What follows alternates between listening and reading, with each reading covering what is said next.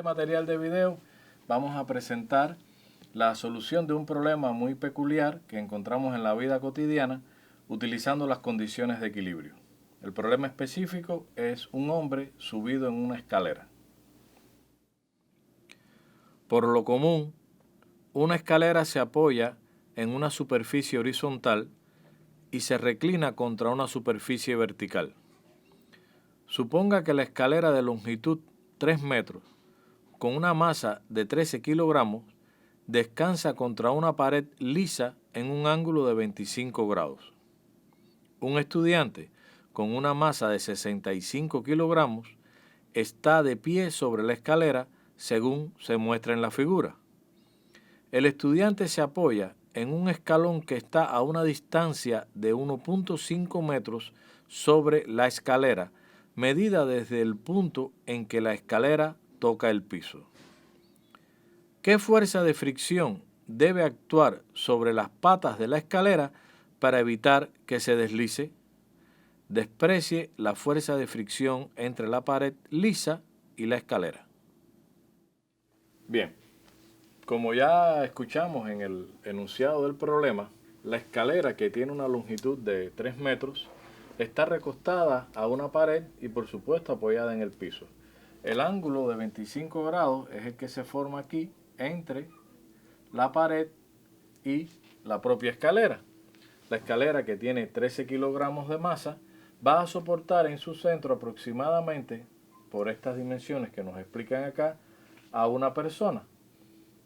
Por lo tanto, aproximadamente en el centro de la escalera vamos a tener la masa del estudiante por la gravedad, o sea, el peso del estudiante, y también en ese lugar va a aparecer otra fuerza que es la debida a la atracción de la Tierra a la propia escalera, masa de la escalera por la aceleración de la gravedad.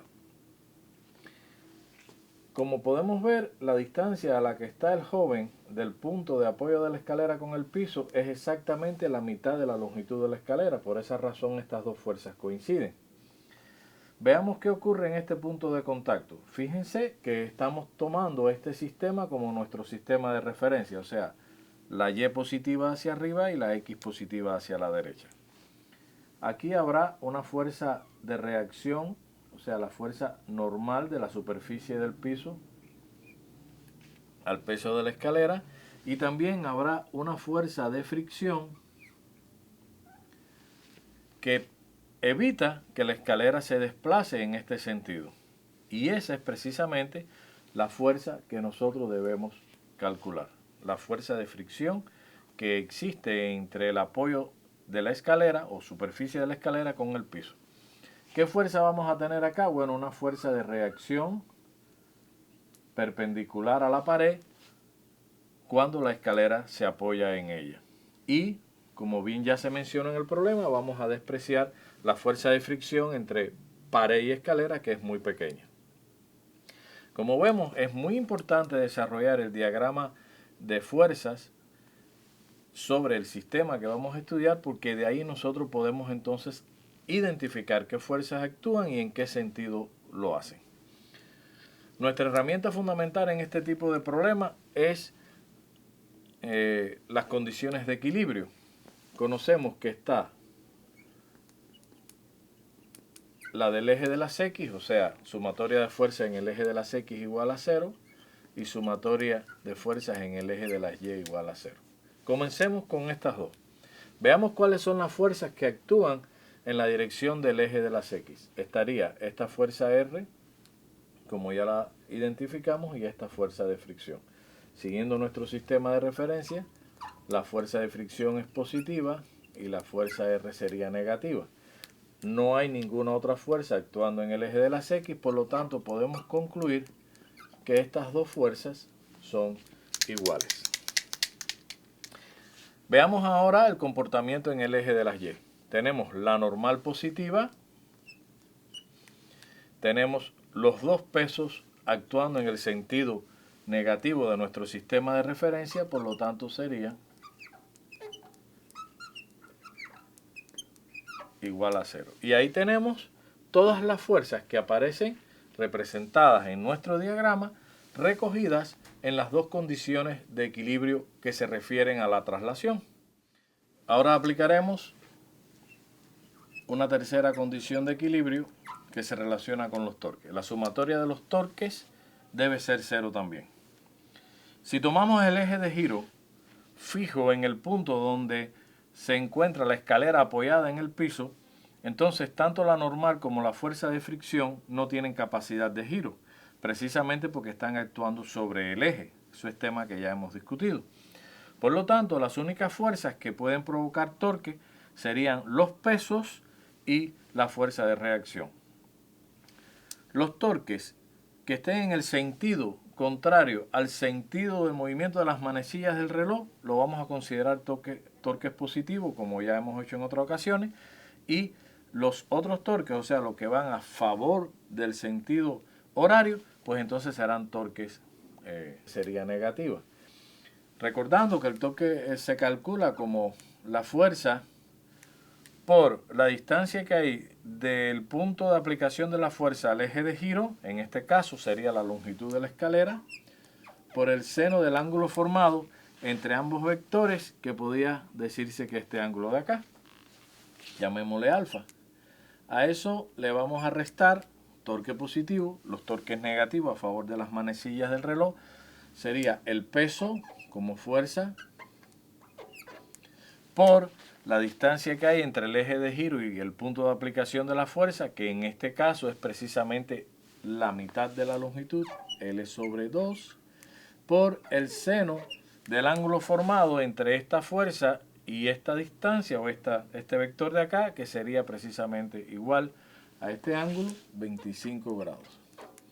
Y de la misma manera vamos a conseguir el torque que provoca el peso de la escalera en sí, que, como pueden observar, se calcula de la misma forma.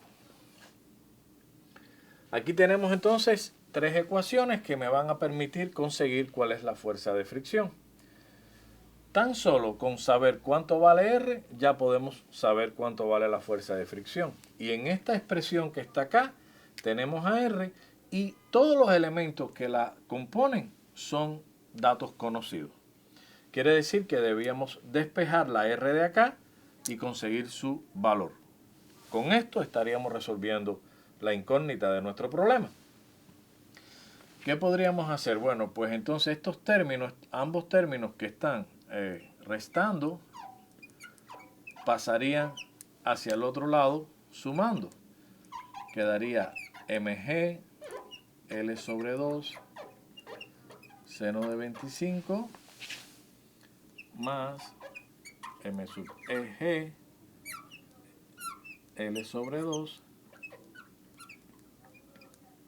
seno de 25. Tenemos un problema ahora y es este ángulo alfa que no conocemos, pero es bien sencillo. Las relaciones trigonométricas que ya sabemos nos llevan a darnos cuenta que alfa va a ser igual a 90 menos 25. Y si yo le estoy hallando el seno de alfa, sería el seno de 90 menos 25. Y ya ustedes conocen que esto es equivalente a decir que sería coseno de 25 grados. ¿De acuerdo? Por lo tanto, aquí hacemos la sustitución y hacemos el despeje a la misma vez. Vamos a ver. Hagamos un paso que sería sacar el factor común que tenemos acá, que sería g L sobre 2 seno de 25.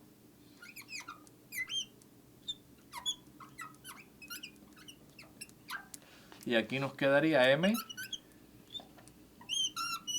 Y aquí nos quedaría m sub e. De este tramo de acá nos quedaría entonces L, que pasa dividiendo, y el seno de alfa que acabamos de conseguir, que es el coseno de 25. Esta es una expresión bastante sencilla. Si seguimos haciendo algebraicamente, podríamos cancelar esta L con esta L. Y R quedaría G seno de 25 M más M sub E, todo eso dividido coseno de 25 grados. Solo nos resta hacer la sustitución, 9.8, el valor del seno y del coseno, o en su defecto podríamos tomarlo como tangente de 25 y la suma de las dos masas, que serían 13 kilogramos y 65 kilogramos.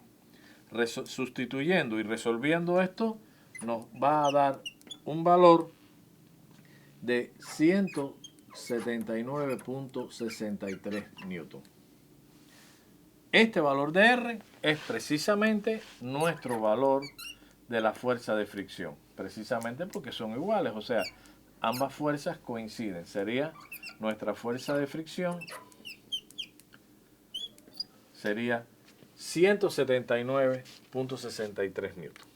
Es un ejemplo de cómo, aplicando las condiciones de equilibrio, podemos al menos conseguir la fuerza de fricción que aparece entre la escalera y el piso. Una fuerza muy importante para aguantar a la escalera y que no se deslice sobre el piso, provocando cualquier tipo de accidente.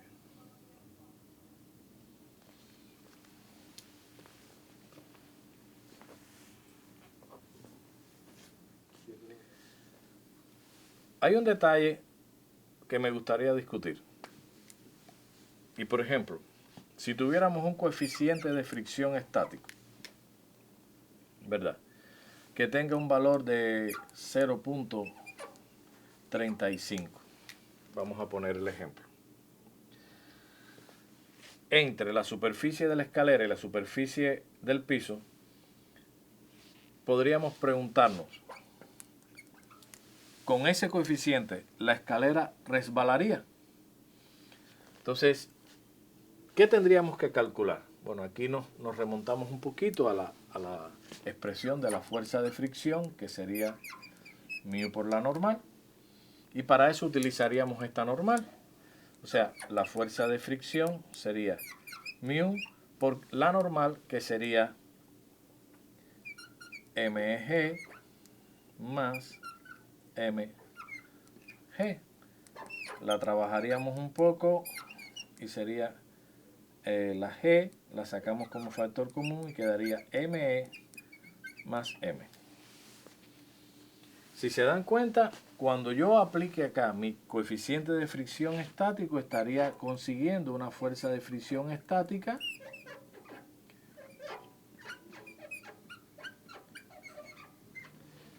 que va a tener un valor específico. Cuando calculamos esta fuerza utilizando este coeficiente de fricción, nos daría, después de sustituir evidentemente todos los valores, nos daría 267.54 newton. Fíjense, la fuerza de fricción estática es de 267.54 newton, mucho mayor que la fuerza que se está generando en ese momento. Recuerden que para que se provoque un deslizamiento, tenemos que nosotros aplicar fuerzas mayores a la fuerza de fricción estática que mantiene el sistema en equilibrio. Por lo tanto, cuando el coeficiente de fricción es 0.35, por ejemplo, nuestra escalera todavía no resbalaría. Tendríamos que conseguir una fuerza mayor a esta fuerza que está acá. O sea, podríamos pensarlo de esta manera. R debería ser mayor. Fíjense que R es igual a la fricción. Si R es mayor y vencemos esta fuerza de fricción, pues entonces la escalera resbalaría. ¿Cómo podría ser R mayor? Bueno, a lo mejor, si ustedes piensan bien, cuando la persona sube mucho más arriba, podría generarse entonces una R mayor. ¿Será posible eso? Piensen bien que es mucho más riesgoso estar más encima o más alto en la escalera hay mucho más riesgo de que resbale a que si estamos más para acá. Precisamente con este sencillo cálculo nos podemos dar cuenta de una situación tan importante como esa.